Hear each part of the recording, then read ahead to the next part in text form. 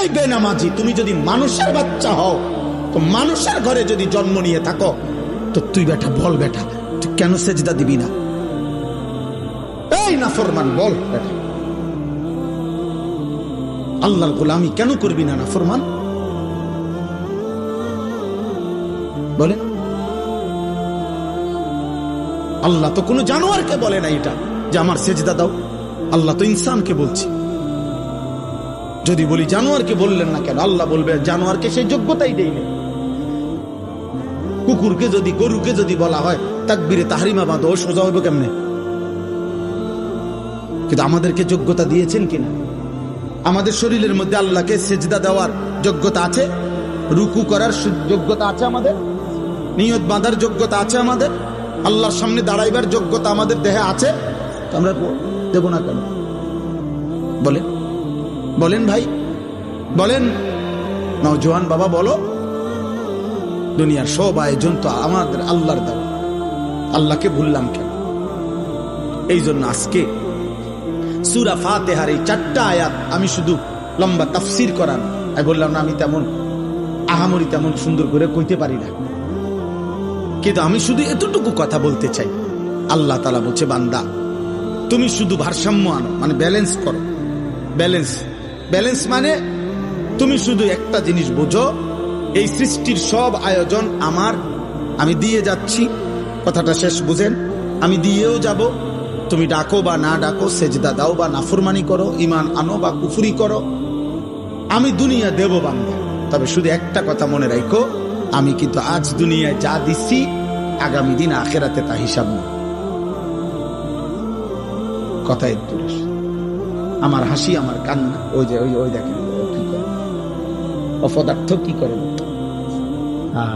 কোন মানে ব্রেন কাজ করে না, অগণিত ছেলের সেন্স কাজ করে। কোন শব্দ, পাথরের আঘাত দিল, মানে পাথর দিয়েও যদি তার বুকে ধাক্কা দেন, তার বুক নড়বে না। অসংখ্য যুবকের হালাত, কোন শব্দ,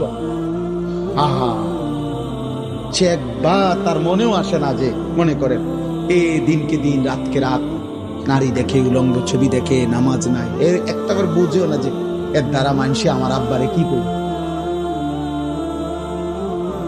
আমার মনে আছে, আমি ছোটবেলায় কত সময় দেখছি, আল্লাহর দয়ায় আম করে মানুষে কইতো, এ হুজুরের ভূত, সাবধান, উল্টাপাল্টা করো না।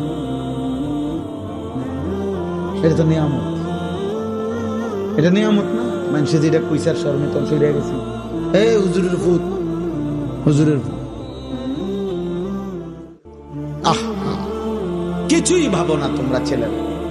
তোমার মায়ের ইজ্জত কি, তোমার বাবার সম্মান কি, তোমার বংশ কি, তোমার আল্লাহ কে, তোমার রাসূল কে? না, তোমার মনে যা চাইছে, তোমার মনে যা চাচ্ছে তাই মনে রাখতে হবে। আব্বা, চাহিদা পূরণ, যে জীবন মানে শুধু চাহিদা পূরণ, এটা ইনসান না, এটা জানো।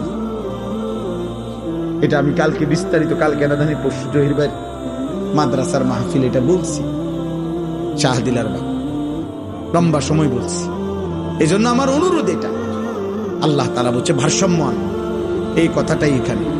অর্থাৎ আজ আমি দুনিয়ায় রহমত দিচ্ছি, আজ আমি দুনিয়া সব দিচ্ছি, আলহামদুলিল্লাহ রাব্বিল আলামিন। আল্লাহ বলেন সমস্ত প্রশংসা আল্লাহর জন্য। সব প্রশংসা কার জন্য? যদি বলি কেন, আল্লাহ বলবেন নয় কেন, বুঝলেন না? আল্লাহ বলছেন সব প্রশংসা কার জন্য। আমরা যদি আল্লাহকে প্রশ্ন করি যে কেন, আপনার জন্য সব প্রশংসা কেন, তো আল্লাহ আবার পাল্টা বলবে আমার জন্য নয় কেন।